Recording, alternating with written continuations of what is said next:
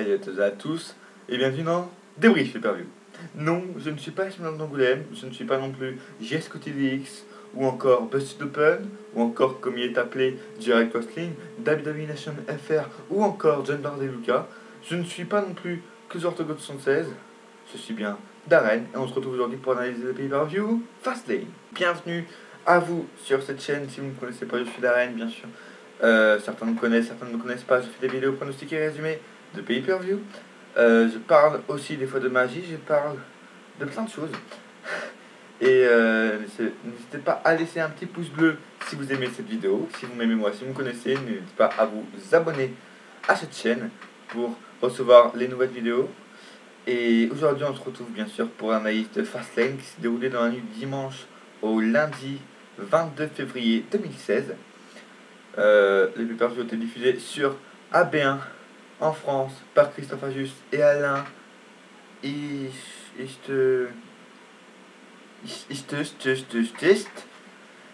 Et c'est parti. On va parler juste du kick-off de 3 secondes. Quelle histoire gagnée. Au revoir. Alors nous allons commencer bien sûr par l'opener. Nous allons commencer aussi par la logique qui opposait. C'est un tag team diva pour une fois, un opener. Très rare, qui opposait Sasha Banks et Becky Lynch à Team Bad, donc Tamina Snuka et Naomi. Donc, juste comme ça, parce que depuis toutes mes vidéos, je n'ai ni parlé de Sasha Banks, ni parlé de Becky Lynch, ni parlé de Naomi, ni parlé de Tamina Snuka. Donc je vais vous dire mes impressions sur ces 4 lutteuses, sur ces 4 divas. Tamina Snuka, ça va, je l'apprécie, elle est très bonne pour moi. Naomi, non. Sasha Banks, c'est de boss. J'adore vraiment Sasha Banks, j'adore ce qu'elle fait sur le ring. Par contre, je serais incapable de vous dire le nom de sa soumission. Comme Becky Lynch, j'aime bien aussi. C'est pas ma lutteuse préférée. Mais voilà, je l'aime vraiment bien. Je trouve ce qu'elle fait sur le ring est bien. Il y a des fois des botches, mais c'est pas grave. Et je pourrais pas non plus vous dire le nom de son finish ou de sa soumission. Voilà. Et bon, pour moi, ce match a été assez bon pour un opener et pour un match de diva. Les 4 lutteuses se donnaient à fond. Sasha Banks, bien sûr, énorme sur ce ring. Je sais que vous ne saviez pas, mais vraiment Sasha Banks, j'accroche énormément. Autant que Paige. J'adore Sasha Banks alors que je suis toujours pas la NXT. Mais j'adore Sasha Banks. Becky Lynch, ça passe encore. Et victoire de Sasha Banks de Sasha Banks et Becky Lynch, donc par une double soumission. En fait, elles ont fait une soumission toutes les deux ensemble. Et Tamina Snuka et Naomi ont tapé, donc elles ont abandonné. Donc victoire de Sasha Banks et Becky Lynch.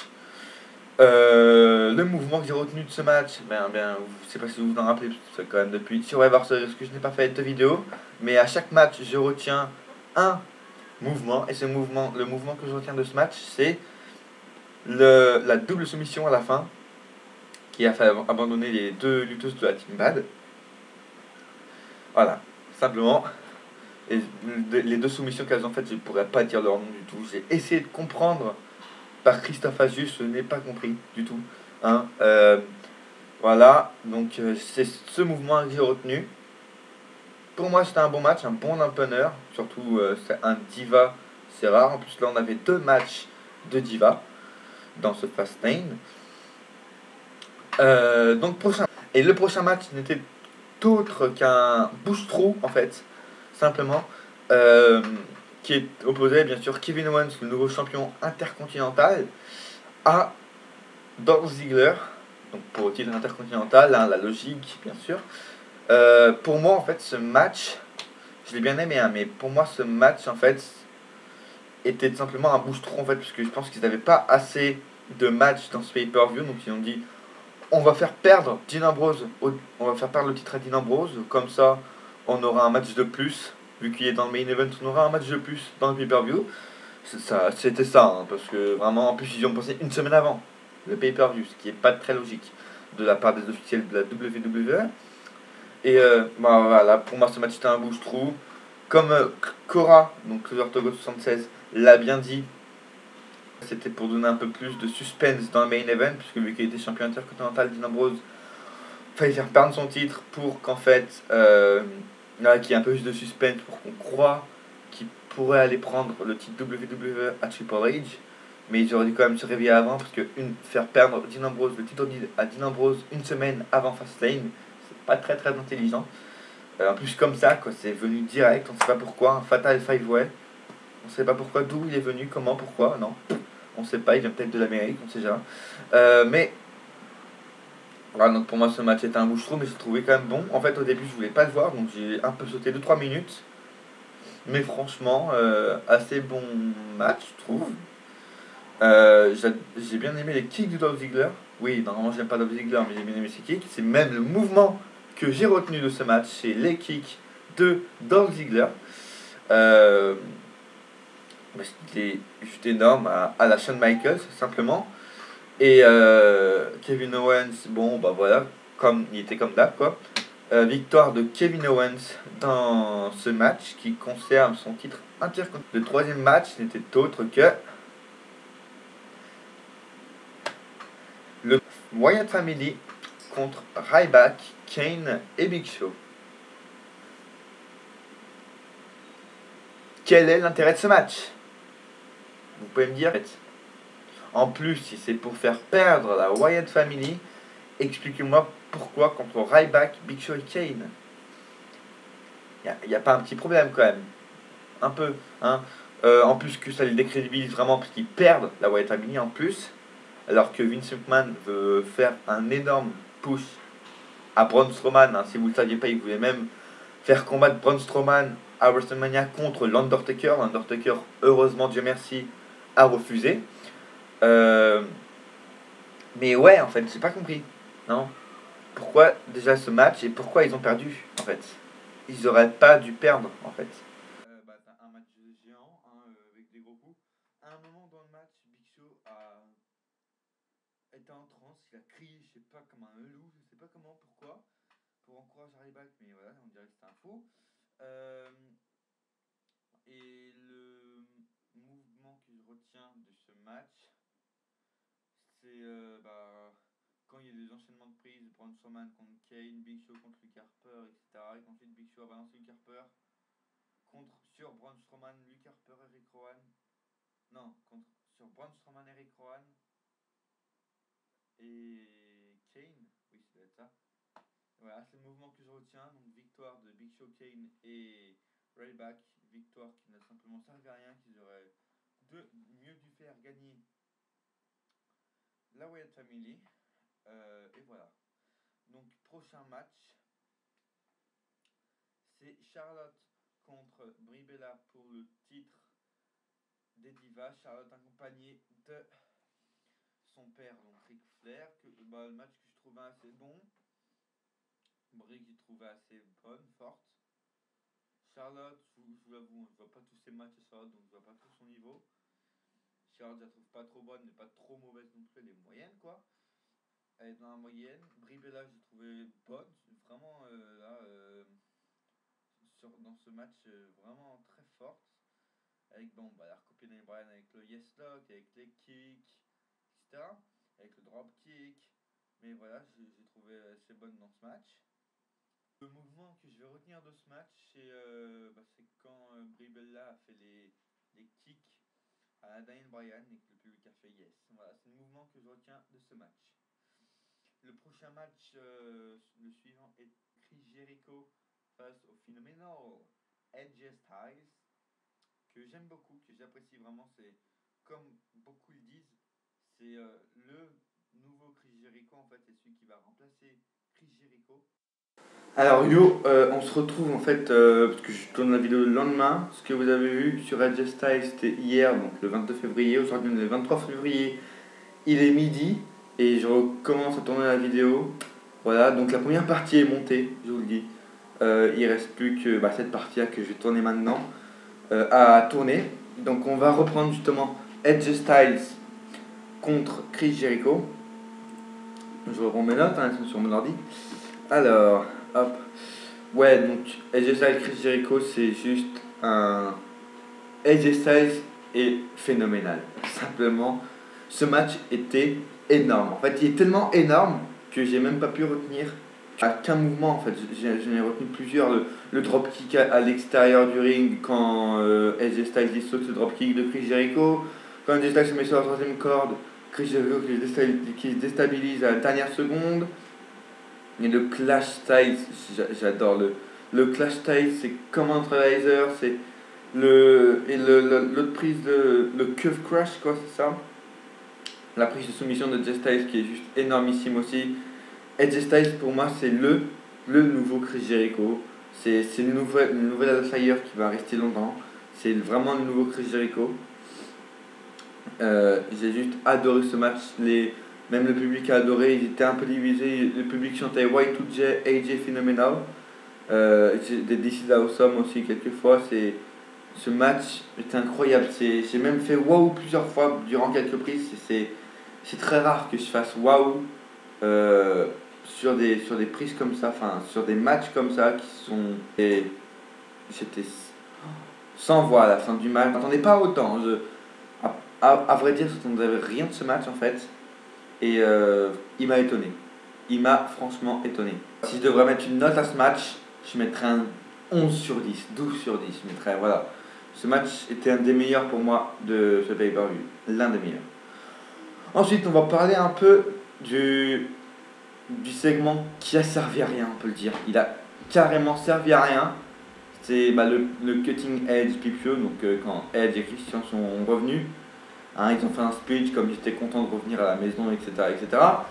Ensuite, les New Day sont arrivés avec les licornes, hein, les New Day licornes, bien sûr. Ils ont parlé. La League of Nations est arrivée, ils ont parlé. Edge et Christian et les New Day sont partis. Au revoir. À quoi ce segment a-t-il servi? Pourquoi ce segment était là en fait?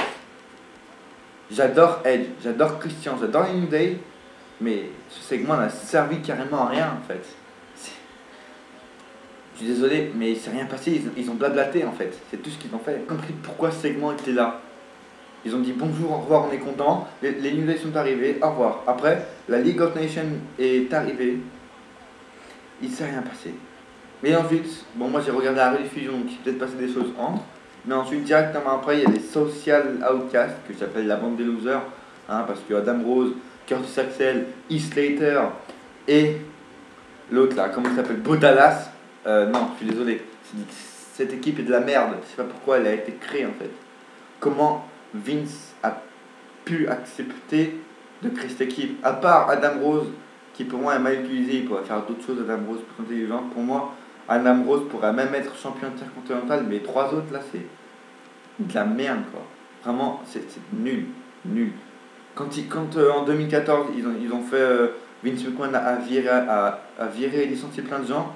Au lieu de virer des Drew McIntyre ou des Jinder Mahal, ils auraient dû virer des Heath Slater ou des Curtis Axel. Ou même des Bo Dallas. Je suis désolé, mais là, ils servent à rien. On peut le dire, ils ne servent à rien du tout. Pourquoi sont-ils là? Pourquoi? Ils servent à rien. C'est un truc de malade. Ils sont arrivés, la bande de losers, après il y a R-Truth. Et voilà, Curtis Axel contre R-Truth. On ne sait pas pourquoi, comme ça, improvisé, pas du tout prévu. Ensuite, à la fin, Goldust est arrivé. Il a un peu. Excusez-moi. Il a envoyé Adam Rose sur le ring, ça a fait perdre R-Truth. R-Truth a été énervé, Goldust s'est excusé. Rien, pub. Pourquoi segment encore à la fin du match? Pourquoi Goldust est arrivé? Ils auraient dû encore faire équipe, je sais pas, Goldust aurait dû aider R-Truth.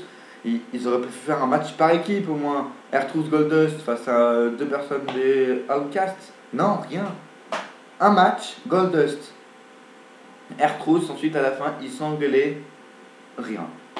J'ai vraiment pas compris ce match du tout. Donc, main event qui était exceptionnel, on peut le dire. Le main event, les trois hommes sont donnés à fond. Mais ce qui était décevant, c'est qu'on connaissait déjà le résultat du match depuis que le match a été annoncé en fait. Ce qui est très dommage. Non, mais le match était incroyable. Les trois hommes se sont donnés à fond. Dean Ambrose, Roman Reigns, même Brock Lesnar. Bon, Brock Lesnar, il a fait du Brock Lesnar, quoi, donc c'était un peu nul. J'ai compté un peu moins de 10 German suplex, je crois, et 2 belly to belly overhead suplex. Je crois, c'est un peu moins de 10 German suplex, ouais. Ensuite, quand ils ont formé un peu le shield et ils ont fait passer Brock Lesnar à travers deux tables, j'ai adoré ce moment. Quand ils ont un peu reformé le shield, vraiment, ce powerbomb, quand ils le font à deux, ce powerbomb à travers la table et sur Brock Lesnar, j'adore, franchement, j'adore. Bon, ensuite, ils se sont frappés. Bon, je sais pas si ils vont encore être frères après ce match, j'en sais rien. Là, j'ai un peu regardé les résultats de Raw. J'ai pas regardé Raw en direct, en direct, quoi, je l'ai pas encore regardé en rediff, parce qu'il est midi là. Mais je vais regarder justement après que j'ai monté cette vidéo. Je vais regarder Raw. Et bon, je sais pas encore si Roman Reigns et Dean Ambrose sont encore frères, ils sont encore amis, j'en sais rien. Peut-être que pour moi, il a peut-être un heel turn, Dean Ambrose, mais j'en sais rien. Après, vous me direz votre avis dans les commentaires. Ça sert à ça, cette chaîne sert à ça pour disiez votre avis dans les commentaires donc. Mais ouais, donc très beau match, donc victoire de Roman Reigns. C'est ça qui est vraiment décevant quoi. Dans ce pay-per-view, on enchaîne direct avec la conclusion. Dans ce pay-per-view, franchement, on connaissait tous les résultats.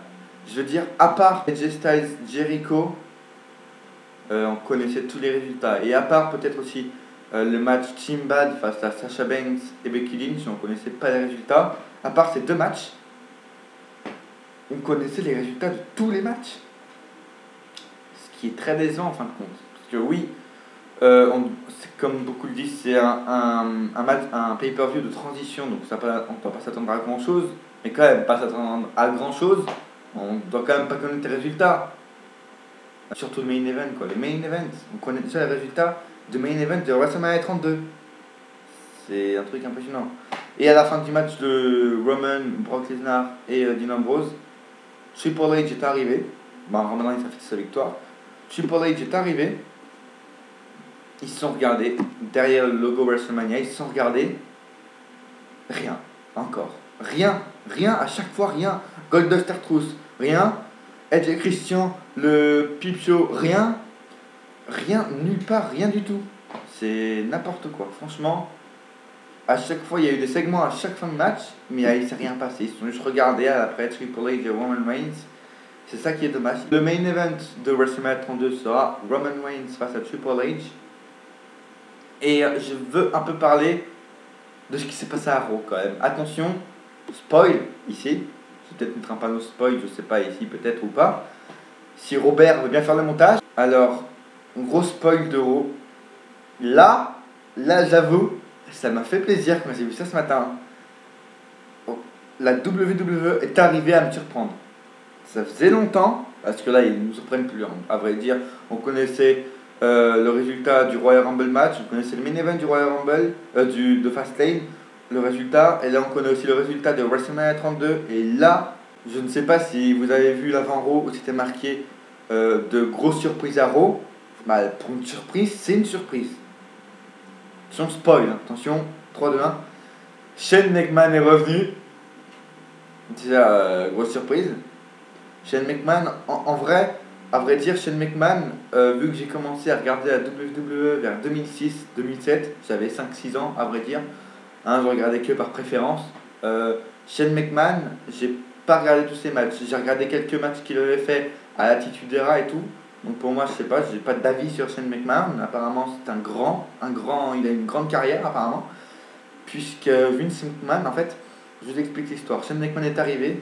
En gros, Vince McMahon, il avait un prix à remettre. Le prix de Vincent Legendary McMahon Awards. Et il l'a remis à sa fille, Stephanie McMahon. Et ensuite, Shane McMahon est arrivé, donc. Ils ont blablaté et tout. Et Shane McMahon a dit tout simplement à son père que Triple H menait mal Raw, en fait. C'était un mauvais general manager de Raw. Donc il a demandé à son père qu'il redevienne general manager du show Raw. Vince McMahon n'a pas répondu non, n'a pas répondu oui. Il a dit, si tu veux être general manager de Raw, il faut que tu fasses un match à WrestleMania. Shane McMahon a dit contre Undertaker. Vince McMahon a accepté. Donc en gros, si j'ai bien compris, j'ai pas encore regardé Raw, j'ai juste regardé quelques écrits. Donc si j'ai bien compris, Si Shane McMahon gagne à WrestleMania contre l'Undertaker, il est le nouveau General Manager de Raw, donc Triple H est viré de sa place. Il n'est plus COO.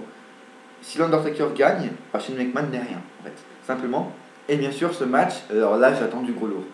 Ce match, l'Undertaker face à Shane McMahon à WrestleMania, si je me fais plaisir de le dire, il sera en Hell in a Cell. Un Hell in a Cell à WrestleMania, ça fait très longtemps qu'on n'en a pas vu. Franchement, ça fait vraiment longtemps qu'on n'a pas vu. WrestleMania 25, je crois, une des meilleures. Non, WrestleMania 28, depuis WrestleMania 28, l'Undertaker face à Triple H, donc l'Undertaker encore.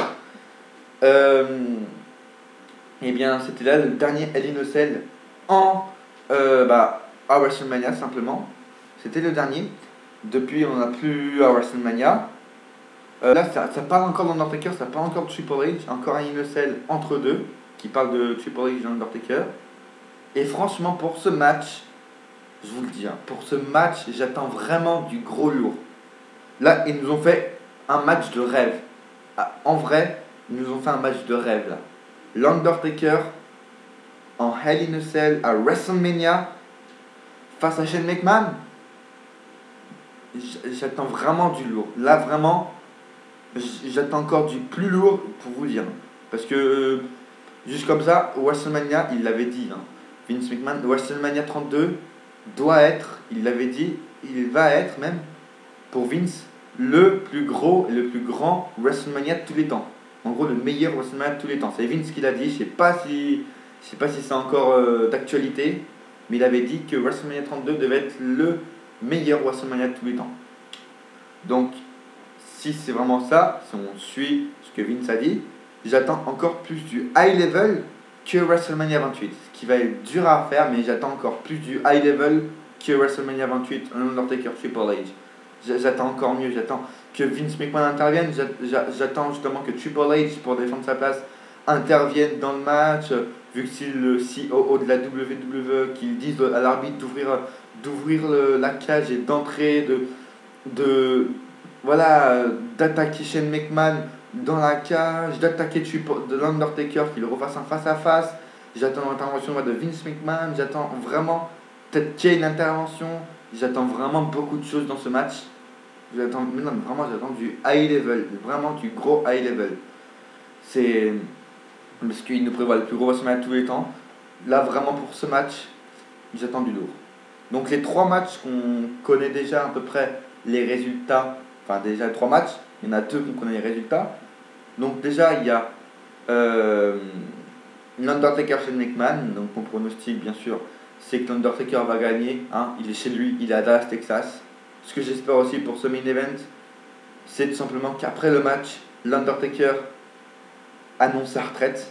C'est ce que j'attends, qu'il annonce sa retraite et que l'on fasse comme à la Ric Flair, que tout l'univers de WWE, tous les lutteurs viennent l'applaudir et tout. C'est vraiment ça que j'attends à WrestleMania, vu qu'il sera chez lui à Dallas, Texas.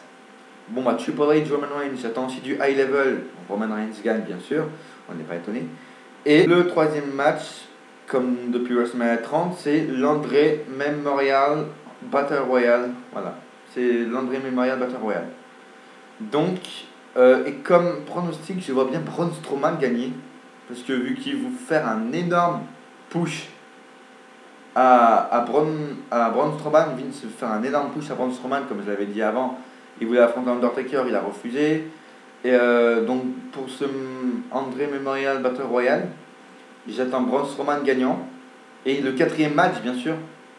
Parce que vu qu'en fait la Wyatt Family, encore un gros spoil, faites gaffe. Vu que la Wyatt Family ne va pas affronter Brock Lesnar à WrestleMania, on l'a entendu hier, le lundi 22 février, Brock Lesnar affrontera Dean Ambrose à WrestleMania pour une revanche sûrement de Fastlane. Donc on se demande encore face à qui la Wyatt Family va être. Franchement, je sais pas encore face à qui la Wyatt Family peut être. J'espère face à du lourd. Et